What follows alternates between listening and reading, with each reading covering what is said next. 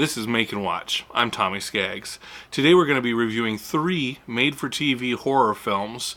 We're going to be looking at Cam, distributed by Netflix, the Sci-Fi Channel's Truth or Dare, and then we're going to be wrapping it up with The House, a Hulu anthology.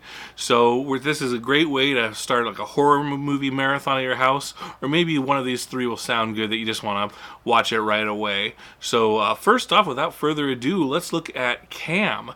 This is a 2018 movie that stars Madeline Brewer, and you may know her from Orange is the New Black or Handmaid's Tale. And so she stars as a cam girl who has her account stolen, and she has to figure out who stole her account, why the person that stole her account looks exactly like her, and what the heck is going on. So it's a pretty interesting concept that turns into, a little bit scary, a little bit thrillerish, and kind of just like a mystery along the way. So it's a pretty good movie. According to Vice, the person who actually wrote it is named Isa Mazzelli, and she is a former cam girl herself. And she initially wanted to make a movie that was a documentary about cam girls, but it turns out as she kept working on this project, it ended up being a horror movie instead. So that's kind of interesting. She teamed up with Daniel Goldhaber, they were high school friends, and even though this is Daniel's official directing debut, he's actually directed a few of Isa's adult films as well. So the two of them have been working together as writer-director for a while, and so this was a very cool breakout opportunity for the both of them to do Cam. I want to show a clip here, and it was kind of hard to find a clip because there is just a vast amount of nudity in this movie. But here's a really good clip that outlines the frustration where even when Alice, the character Alice played by Madeline Brewer, is trying to look for help to the police are unwilling to help. So let's take a quick look at this. Okay, you get paid by the minute, or you have to do anything that they want you to do? No, if I say I'm going to do something, I do it. What's the weirdest thing that you've ever had to do? Come on. Do you ever meet up with these men in person? Sometimes, yeah. Do you ever engage in sexual activity with them? No, I don't. It's a shame. So yeah, that's a pretty sticky situation right there. That was pretty gross, and that was the culmination of maybe like a different act transition that was happening there. But that was a pinnacle part of the storyline where nobody was going to help her, so she had to actually go out and find a way to help herself. And the movie goes on from there. This is definitely a fun ride. It's a really interesting story. The way that the movie ended, I wasn't a really huge fan of, and after you watch it, you can also see online that there's a lot of people that are trying to dissect what was happening at the end of the movie. They were trying to figure out what was going on. They were maybe trying to find a deeper meaning. My personal view is that it was just such a abstract concept of what was actually going on throughout the movie that they had to find some way to dig out of this hole, and found that solution. But I wasn't a huge fan of the way it ended, but aside from the ending, solid thriller movie. It's really enjoyable. It's won a ton of awards, and Netflix has been lucky to pick it up for distribution. So this is one that I would recommend. The next movie on our list is the 2017 version of Truth or Dare. And so this is not, if you start looking this one up, don't confuse it with the 2018 version. This is a made-for-TV Sci-Fi Channel Truth or Dare. But believe it or not, the preview of the actual movie that's coming out in 2018 looks pretty similar. Now, this is not a new concept at all. The movie starts out 1983. It's the end of a Truth or Dare game, and bad things happen. So now we're in present day, and there's a group of teenagers who want to play Truth or Dare in the same house. So you kind of see, like, this is a pretty easy to follow storyline, and you kind of know if they're going to go into this haunted house on Halloween to play a game that was the game that killed a lot of people several years prior, that bad things are going to happen. So as soon as they started introducing these characters, I was like, all right, I can't wait for all these people to start getting hurt here. So it was pretty interesting. One of the things that I found that was a little different from this type of genre is that the the characters were actually able to leave the house if they wanted to in between dares, and the game actually followed them. So that was kind of an interesting take on it, where instead of being the haunted house, it was more of the haunted game. One of the issues that I found is that the house or the demon or whatever it was actually choosing their truth or dares for them, and most of the people were choosing dare, or they were receiving dares. If you're ever in this type of situation where you have a demon that's making you play truth or dare, just say truth, truth, truth, truth, truth. It's not that big a deal. And then the people who actually got truths, it was kind of ridiculous, their reactions to it. So it was kind of crazy. I'd be like, guys, let's all do truth here. Let's not care about what we say. We'll make up later, but let's just kind of get through this.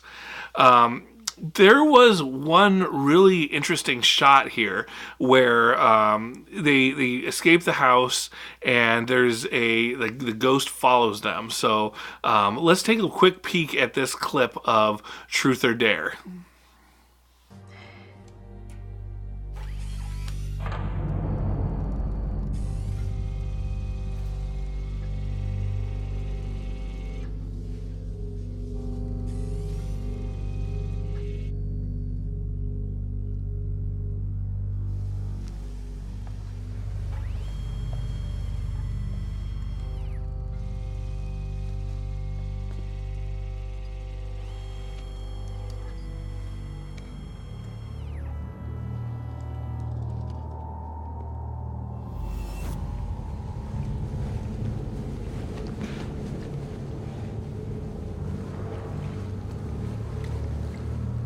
Eddie?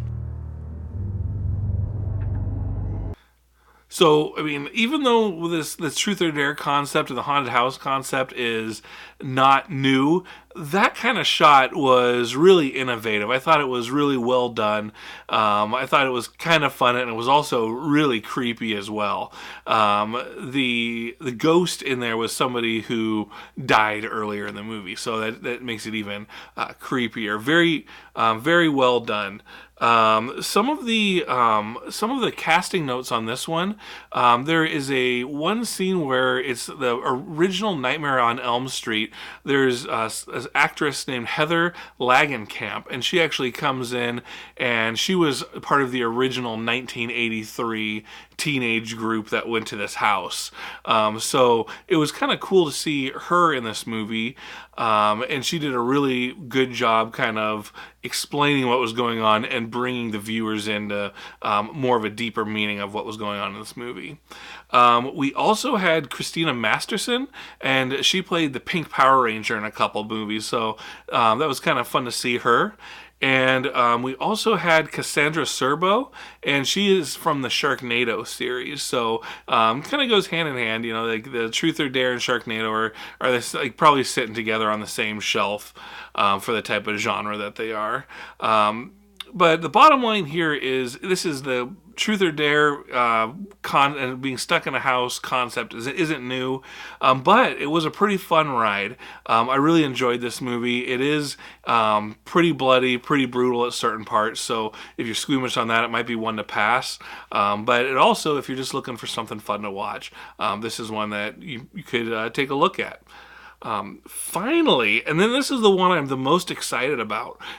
There is a movie that just came out this October, in October 2018, and it's called The House, a Hulu Halloween anthology. And so the concept for this is it's one house that travels through time, it travels through locations, it even changes the way it looks. So it's a collection of 6 movies that takes on this concept. So the house will look different in each one, but it's the same house. And so the first film in the series is called The Projectionist, and I thought this one was really well done. Here is a quick little clip of people going into the movie theater to see the movie called The House. So this is kind of interesting.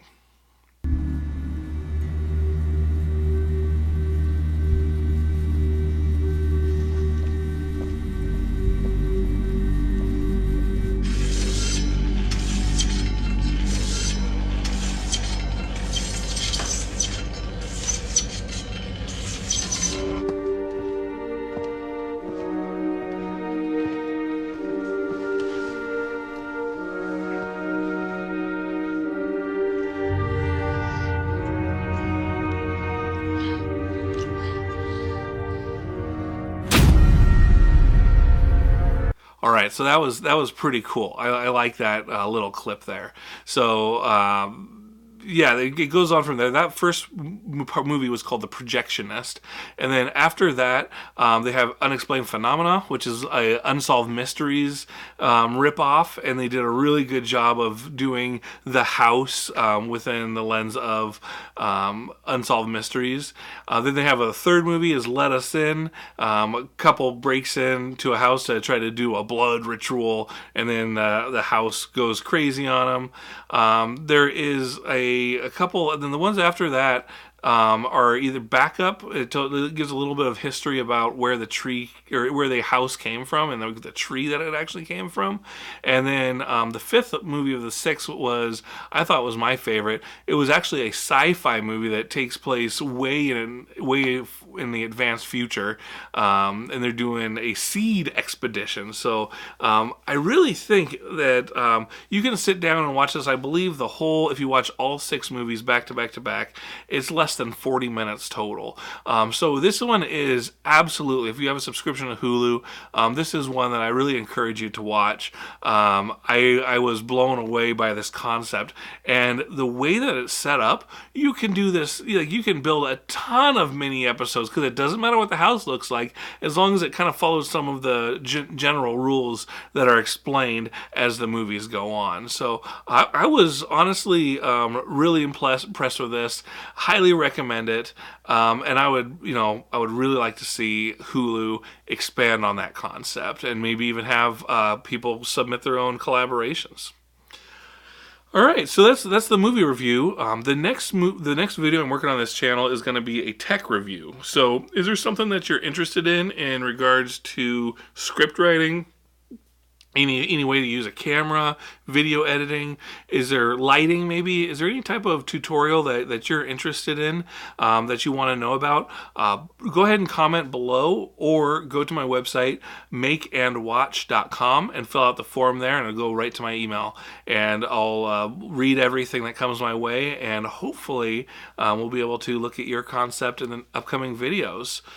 So thank you very much for watching. I'm looking forward to building this channel, and have a good one. Take care.